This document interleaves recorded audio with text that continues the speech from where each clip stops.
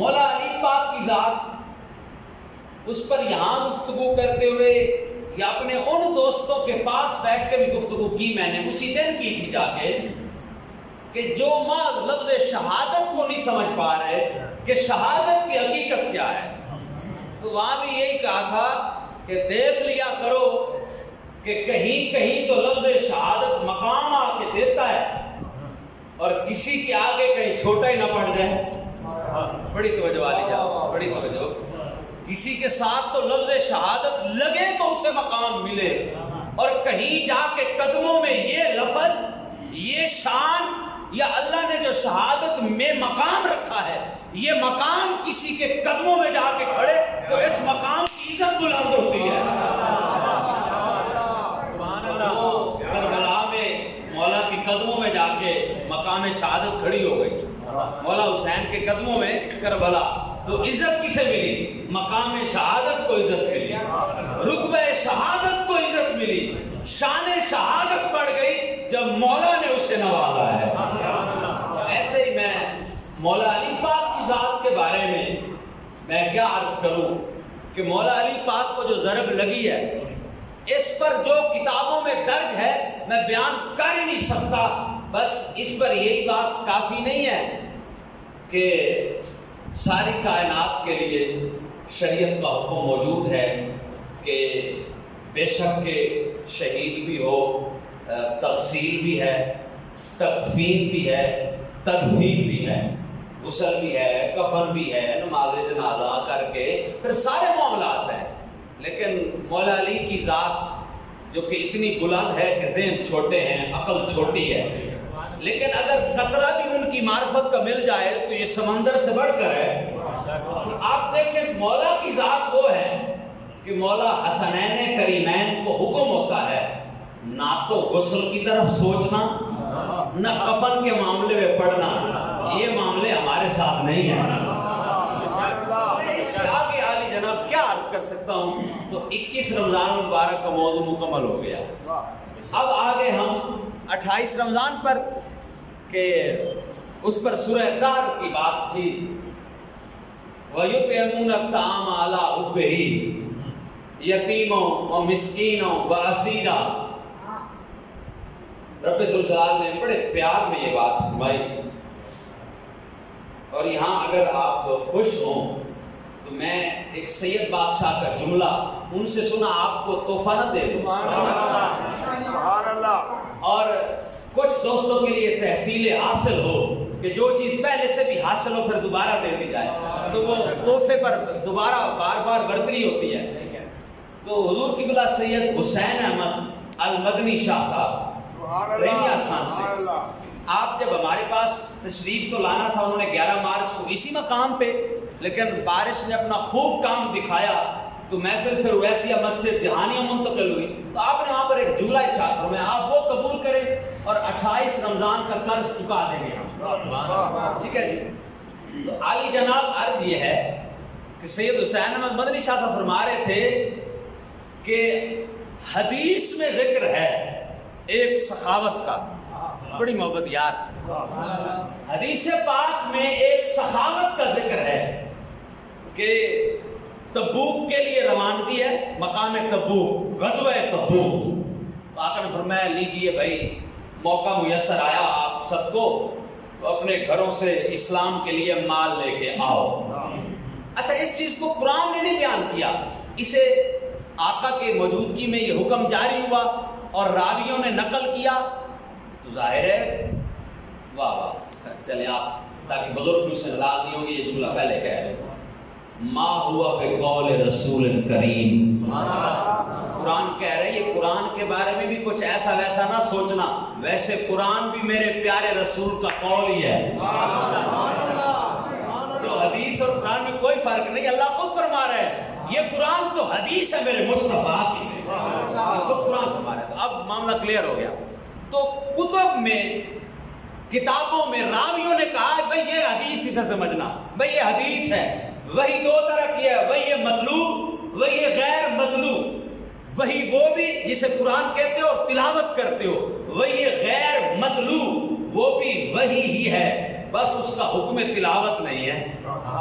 تو دونوں ہی قرآن ہے، حدیث ہو کلام الہی ہو، دونوں ہی قرآن ہے. اب سمجھیے علی جان، اب حسین احمد مدنی شاہ صاحب کیا فرما رہے ہیں؟ فرماتے ہیں کہ جب رسول پاک نے حکم دیا، ایک شخصیت وہ جو اپنے گھر سے 10,000 درہم لے کر آئے، حضرت عمر فاروق 10,000 درہم. دوسری عظیم ترین شخصیت ہے حضرت عثمان، اپنے گھر کا آدھا مال لے آئے. اور بخاری و مسلم میں سخاوت کا ذکر ہے. یہ لفظ سخاوت ذرا قابو کر کے بیٹھیں، بات پوری جلدی سمجھ آ جائے گی. سخاوت کے لفظ کو قابو کرنا ہے. ایک شخصیت حضرت عمر فاروق اعظم، آپ 10,000 درہم لے کے آئے، بڑی خطیر رقم ہے، آپ ذہن میں رکھیے. پھر موقع ملا حضرت عثمان کو، تو اپنے گھر کا آدھا مال اور اتنے بڑے تاجر کا پتہ نہیں آدھا بھی کتنا ہوگا، آدھا مال لے آئے.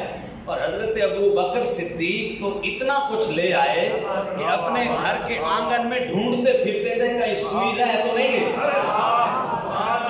اپنے گھر کے آنگن میں، اپنے گھر کی انگیٹھیوں میں، الماریوں میں ڈھونڈ رہے تھے، اور پھر روشنی کر کے تکتے تھے کہیں سوئی رہ تو نہیں گئی، کوئی چیز پیچھے چھوٹ تو نہیں گئی. سارا کچھ حضور کے قدموں میں لے آئے.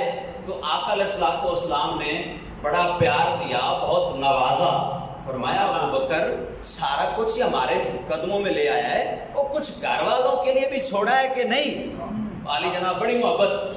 بات تو کامل کی مدنی سائن ہے، وہ کامل تھی، میں اس کی صرف تشریح کروں گا کہ انہوں نے جو جامع لفظ بولے، میں تھوڑی سی تفصیل کر دوں کہ یہ بات آپ کہیں گے انہوں نے تو نہیں بولی، وہ جامع لفظ کی تفصیل ہے جو میں عرض کرنے لگا ہوں. ایک بات اور تھوڑی سی نفیس اور نفاست والی ہے، نفاست سے دل میں رکھ لینا کہ آقا نے قبول کر کے فرمایا کیا، آگے نصیحت بھی فرمائی کہ ہمارا امتیوں کے لیے ایک حکم صادر ہو رہا ہے کہ جب بھی راہ خدا میں خرچ کرنے لگو تو کچھ گھر میں رکھ بھی لیا کرو.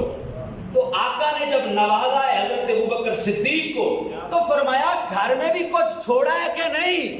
تو فرمایا تم امتیوں کے مال اتنے ہی کافی ہیں کہ اپنی طرف سے سارا بھی لے آئیں، پھر بھی آخر اللہ اور اس کے رسول کی بارگاہ ہے، تم جتنا بھی لے لو، جتنا بھی دے دو، نہ وہ دیتے ہوئے ان میں کمی ہے، نہ ان کو ضرورت ہے کہ تم دو گے تو ان کا پورا ہوگا. تو بس تمہارے مقدر جگائے جاتے ہیں، تھوڑا لے آؤ وہ بھی قبول ہے، زیادہ لے آؤ وہ بھی قبول ہے، ورنہ گھر میں کچھ رکھ لیا کرو. سارا بھی لے آؤ تو اتنا ہی نام ہے، تھوڑا بھی لے آؤ تو اتنا ہی نام ہے.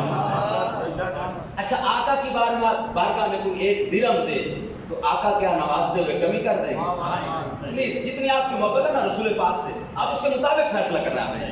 کوئی ایک سکہ ایک درہم لاتا ہے تو حضور کیا فرمائیں گے؟ تھوڑا لائے ہو کرم بھی تھوڑا ہی ہوگا. نہیں، یہ آقا کے بارے میں یہ نہیں سوچنا. اگر جناب صدیق نے گھر میں سوئی تک نہیں چھوڑی، حضور حکم دے رہے ہیں امتی کے گھر کا مال یہی ہے کہ بس اس کی نیت دیکھی جاتی ہے، ورنہ اللہ اور اس کے رسول والا امت کے کام وقار ہے. اپنے گھر میں بھی بچاؤ اور جتنا ہو سکے صدقہ خیرات کرو. اور پھر ایک سخاوت وہ ہے، اختصار کرو، جسے قرآن نے خود بیان کیا ہے. ہاں، اس سخاوت کا ذکر قرآن میں ہے. رب ذوالجلال نے فرمایا ہاں ایک مال ابھی خرچ ہونے والا ہے، اور اس پر جو اس کے جو مصارف ہیں، مصارف کہتے ہیں جن پہ خرچ ہونا ہو، ایک تو اس کے مصارف زمینی نہیں ہیں. حضرت عمر فاروق 10,000 درہم لائے نا، تو جتنا لنگر تھا زمینی مخلوق میں خرچ ہو گیا نا. حضرت عثمان آدھا لائے، حضرت ابوبکر گھر کا سارا لائے. فرمایا امتیوں کا لنگر ہے، بس پکاؤ اور ادھر ہی کھلا دو. فرمایا ایک سخاوت ایسی ہے، مانگنے والے زمینی نہیں ہیں. یہ در ایسا ہے، یہ چوکھٹ ایسی ہے، یہاں صرف زمین والے نہیں ہتھیلیاں پھیلاتے، یہاں جھولی پھیلی صرف انسانوں کی نہیں، یہ تو وہ در ہے جہاں سے نوری بھی آسمان والے بھی جھولیاں پھیلاتے ہیں. اب ذرا ان کی سخاوت کا معیار دیکھو.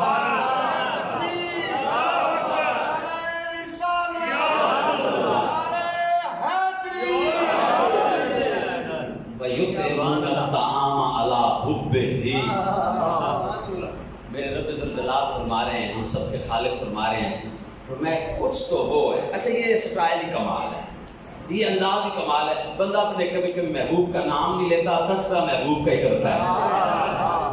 میں ایک گھر یار ایسا ہے یطعمون وہ کھلاتے ہیں طعام کھانا حب ہی چھڑی میری محبت کوئی اجر کوئی طمع. اچھا عالیہ آخرت کا طمع رکھنا چاہیے, دنیا کا بے شک نہ رکھو. اچھے لوگ یہ نشانی ہے, اللہ والے یہی کہتے ہیں بس لالچ رکھنا ہے نا اللہ کی بارگاہ میں تو بس آخرت کا رکھو. ایک دیا ہے کروڑوں دیا ہے, بس آخرت میں اللہ بڑھا کے دے دے, یہ اپنے رب کا شکر ادا کریں گے. اچھا چلے ایک آپ کہیں گے کہ قرآن پاک میں امت کی سخاوت کا اجر بھی بیان کرتے پھر بات کا مزہ آ جائے گا. ہاں بالکل, آپ قرآن پاک کا 28واں پارہ کھولیں, اس میں رب ذوالجلال نے یہ بات فرمائی ہے. فرمایا وہ انسان جو اپنا مال میری بارگاہ میں خرچ کرتے ہیں وَسَيُجَنَّبُهَا الْأَتْقَى ان قریب ہم انہیں آگ سے بچا لیں گے اور ہم انہیں جنت میں داخل کریں گے. یہ سارا کنیکشن ہے امتیوں کا. امتی نماز پڑھے جہنم سے بچ جائے, امتی روزہ رکھے جہنم سے بچ جائے. جتنے حضور کے نوکر غلام ہیں سارے غلام مال خرچ کریں اللہ انہیں بچا لے گا جہنم سے اور 70 گنا بڑھا کے اجر دے گا. بس یہ آخری لیمٹ ہے. اب 2 سوال امت کے آپ نوٹ کر لیجیے. اگر کوئی بھی امتی اللہ کی بارگاہ میں مال خرچ کرے, اچھا دیکھیں میں نے تو لحاظ رکھا ان مفسرین کا جو کہتے ہیں کہ اس آیت سے مراد ساری امت ہے, لیکن چلے میں آپ چہرے پہ مسکراہٹ بدل رکھے میں ایک جملہ دینے لگا ہوں. چلے میں صرف ان 3 مفسروں کی بات کر لیتا ہوں جنہوں نے کہا کہ اس آیت میں یہ سخاوت سے مراد حضرت ابوبکر صدیق ہے. تو میں کہ لے گل تو پھب گئی, میں تے چاہنا زیادہ تو زیادہ حضور دے غلاماں دا تذکرہ قرآن چاہے تو میں تے اس گل تے خوش ہاں, لیکن پھر معیار بھی ویکھنا کہ ذکر کس لیول تے آ رہا ہے. سبحان اللہ. الذی یؤتی مالہ یتزکا, ایک انسان وہ بھی ہے. 3 مفسرین نے کہا, ساروں نے نہیں کہا, 3 نے کہا کہ اس سے مراد حضرت ابوبکر ہے. تو ایسا کیڑا کنجوسی کرنی ہے اے پتر تو کنجوسی کردا میں میرے علی نو کدی بیان نہیں کیتا ممبر تے, میں تو سارے کرساں. سبحان اللہ, اسی کے سارے کرسوں. چل 3 مفسر خوش ہو رہے ہیں, آپ بھی خوش ہو میں بھی خوش ہوں. الذی, اب اس کی طرف بھی دیکھیں, یوتی جو دیتا ہے, سوئی تک جو دیتا ہے مال رسول کے قدموں میں آ کے, کس سوچ پہ یتزکا کہ میں پاک ہو جاؤں. امتی یہی سوچے گا نا یار, امت اور کیا سوچے گا. وہ اپنا مال دیتا ہے میں خود پاک ہو جاؤں, میرا مال پاک ہوگا پیٹ میں جائے گا, مال پاک جائے پیٹ پاک بندہ خود پاک ہے, ٹھیک ہے نا. تو اللہ نے فرمایا بالکل میں اجر دوں گا ان سب کا, آپ کے جتنے غلام اس نیت پہ میری راہ میں صدقہ خیرات عشر زکات جو کچھ خرچ کریں گے ہم اجر دیں گے. وَسَيُجَنَّبُ, اور ہم بچا لیں گے ان کو جہنم سے. بالکل یہ زبردست پیکیج ہے. تو جو یار میں 10 لانا چاہنا ہو لے نہیں پیش. ہاں یہ زبردست پیکیج ہے حضور کے ہر غلام کے لیے. اللہ کی راہ میں مال دو, مال پاک کرو, خود پاک ہو جاؤ, جہنم سے بچ جاؤ, 70 گنا بڑھ کے اجر لو. یہاں بات بیان ہو گئی.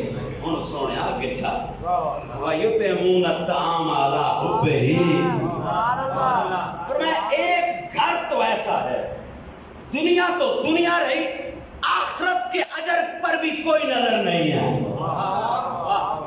وَلَا جَزَاءٌ وَلَا شَكُورًا, کہتے ہیں کوئی جزا نہیں چاہیے. قرآن کی آیت پڑھتا ہوں, کوئی جزا نہیں چاہیے. یہ ادھر سے بھی, اور جن کو دے رہے ہیں لا شکورا, ان سے بھی یہ غرض نہیں رکھتے کہ بدلے میں کوئی تھینکس بولنا. میں جس کو دیتے ہیں ادھر سے بھی تھینکس کی امید نہیں رکھتے, کہتے ہیں نہیں ہمارا شکریہ نہ ادا کرنا, کہ ہم تو آئے لٹانے ہیں, یہ ہمارا حق تھا فرض تھا جو لٹا, اس میں شکریہ کہاں سے آتا. اور کوئی جزا نہیں, حد ہو گئی, ہوں پاک. اور ابھی کہیں مال دیں گے تو پھر پاک ہوں, مال دیں گے تو انما یرید اللہ لیذھب عنکم الرجس اہل البیت ویطہرکم تطہیرا. اے میرے محبوب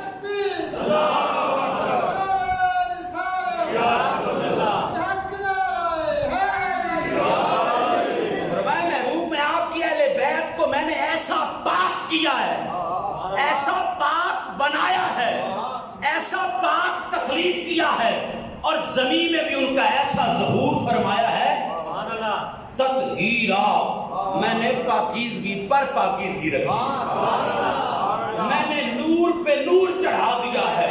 حسین ہے تو حسن بھی ہے، حسن ہے تو جناب زہرا ہے، جناب زہرا ہے تو پھر علی ہے۔ نور پہ نور دیکھ رہے ہیں کہ نہیں دیکھ رہے؟ دھوپ میں اتنا سفر بھی کیا اور باتیں پوری لے رہے۔ فرمایا حسین ہے تو پھر حسن، پھر سیدہ زہرا، پھر علی۔ فرمایا پھر تو کمال ہی کر دی جب مصطفیٰ ہی نہیں ملا۔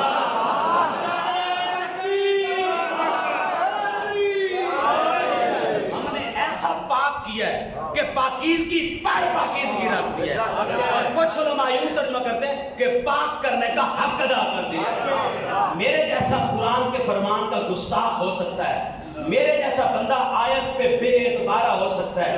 پنجتن پاک کے بارے میں نہ سوچنا کہ اللہ کچھ کہہ رہا ہو پنجتن پاک کچھ کہہ رہے ہو۔ اللہ فرما رہا ہے میں نے پاک کر دیا ہے، اور مولا حسن لنگر کھلا کے کہے میں تو صدقہ اس لیے کرتا ہوں کہ میں حسن کا مال پاک ہو جائے۔ حد ہو گئی، توبہ توبہ۔ مولا حسین اس لیے لنگر دیتے ہیں کہ مولا حسین کا لنگر پاک ہو جائے۔ جناب علی سخاوت اس لیے کرتے ہیں ان کا لنگر پاک ہو جائے۔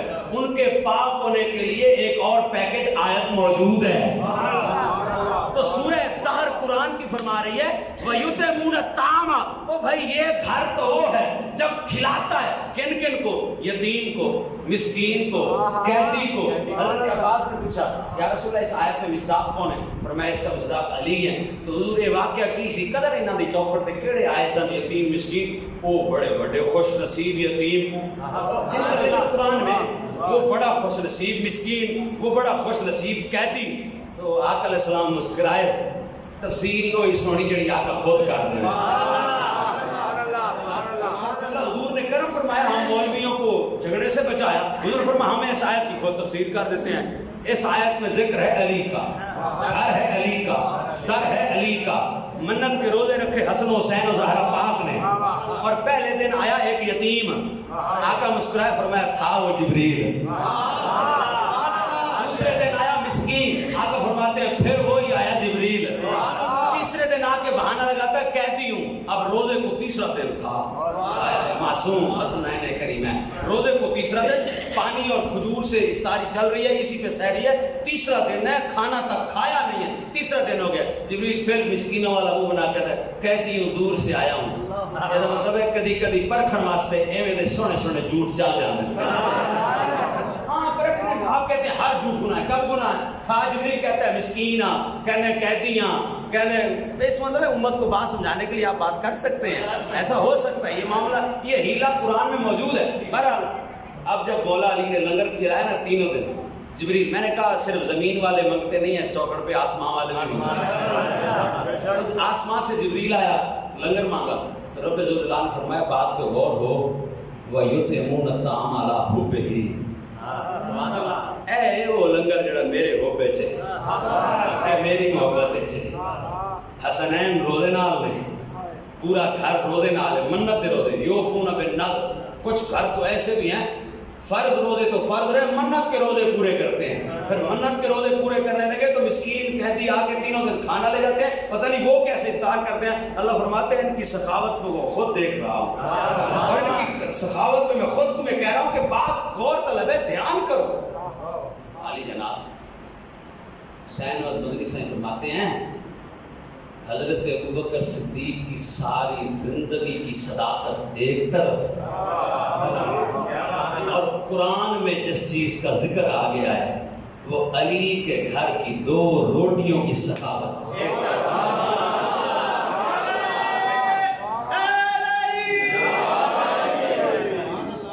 21 منٹ ہوئے ہیں، ابو ذر پاک کی بات تھی تو ایک جملہ کہہ کے مکمل سنتے ادا کرتے ہیں۔ اذان ہوگی پڑھ دیں گے، 2 فرض پڑھ لیں گے، آقا کے ثناخواں ذکر درود اور دعا کی جگہ نعت پڑھ دیں گے، پھر لنگر شریف حاضر ہوگا، لنگر کھائیں گے، اجازت دے لیں گے۔ حضرت ابو ذر جیسی ہستیوں کا ذکر، یہ جملہ ہے ان کی شان بھی ہے اور نصیحت بھی ہے، مجھے خود کو نصیحت کہ اکثر آپ نا اپنی زندگی میں حضرت ابو ذر جیسی ہستیوں کے واقعات سنا کرو، پھر مولا حسن کے صدقے اللہ لنگر اتنا دے گا کہ تمہارے مکان کم پڑ جائیں گے اور سونا چاندی رکھنے کی جگہ نہیں ہوگی. یہ مولا حسن دا فیض ہے، لنگر عام ہوتا ہے. لیکن مولا ابو ذر جیسے نوکروں کی زندگی پہ نظر رکھنا، طبیعت میں ساری زندگی عاجزی رہے گی. شام میں گئے، ایک جملہ ہو جائے پورے دل سے برداشت بھی کیجیے. شام میں گئے، شام کے بادشاہ کو کہتے ہیں میں نہیں دساں گا ڈیٹ، انہیں کچھ علم تو آپ پڑھنا پوسی کتنے کی ہوئے آپ پڑھو، ساری گلاں تے سانو تلوارا سر تے نہ چواؤ. شام میں گئے، اور دور کون سا ہے آپ میرے سے بہتر جانتے ہیں، دور کون سا ہے، کوئی کھربا سال کوئی نہ گزر گئے سائیاں دے پردے نو. حضرت ابو ذر غفاری گئے، شام میں جا کے کہا یار تم لوگ رسول پاک کے ساتھ بیٹھے ہو، تم اگر اپنے محل کے باہر نوکر دربان کھڑے کرو گے، یوں پروٹوکول ہوگا، سونے چاندی اکٹھے کر رہے ہو، تمہارے ہاتھوں میں سونوں کے کنگن ہیں، گلے میں سونے کے ہار ہیں، یار آپ رسول پاک کی صحبت پا چکے، تمہیں یہ چیز زیب نہیں دیتی. لیٹر لکھا گیا مدینے، ابو ذر کو کٹو شام میں سانو بڑا تنگ کرتا ہے، یہ تو سونا چاندی نہیں کٹھا کرنے دا. آپ تشریف لائے مدینے میں، بخاری میں ہے، مسلم میں ہے، ترمذی میں ہے، ابو داؤد میں ہے، نسائی میں ہے، ابن ماجہ میں ہے، جہاں مرضی پڑھ لیں. مرشد فرماتے ہوتے تھے کوئی کچھ پڑھا تو کرو نا، کہ تاریخ میں ہوا کیا پڑھا تو کرو. اور مدینہ طیبہ ہے، مولا علی پاک نے استقبال کیا کہ مولا علی پاک نے دیکھا رسول کا غلام، پھر ہمارا غلام، پنجتن کا غلام، ویلکم ہوا. آخر ابو ذر سے مزاج وہی تھا. اکثر میں علماء کو سنتا ہوں نا، جب بھی حضرت ابو ذر کا ذکر ہو تو ایسے کرتے ہیں، پہلے ہنستے بھی پھر کرتے بس جی حضرت ابو ذر کی طبیعت کو عجیب آئی، باہر ویلے گلاں کیتی رکھتے ہیں، نہ نہ کر ہائے ہائے جڑا کھری چکرے ہو گلاں کیتی رکھتے ہیں ہاتھ تو مولا علی تو کچھ حضرت ابو ذر کون ہے. مدینے میں آئے تو خاموش نہ فرمایا نہیں وہی گل ہے جڑی شام میں لکھی آئی، ہن شہر رسول سونے تے چاندی پہ جمع ہوندے. لیٹر لکھا آخری، چل ابو ذر ہن مدینہ چھوڑ تے جنگلاں وچ رہ، بس اگلے دن بات ہوتی رہے گی. وہیں جنگل میں دونوں بڑھیا حضور تشریف لے گئے، آپ کی زوجہ ہوئی، وہیں پر آپ کا پردہ ہوا. مولا علی پاک نے پھر کیسے سنبھالا، یہ انشاءاللہ باتیں ہوں گی ہمارے میں.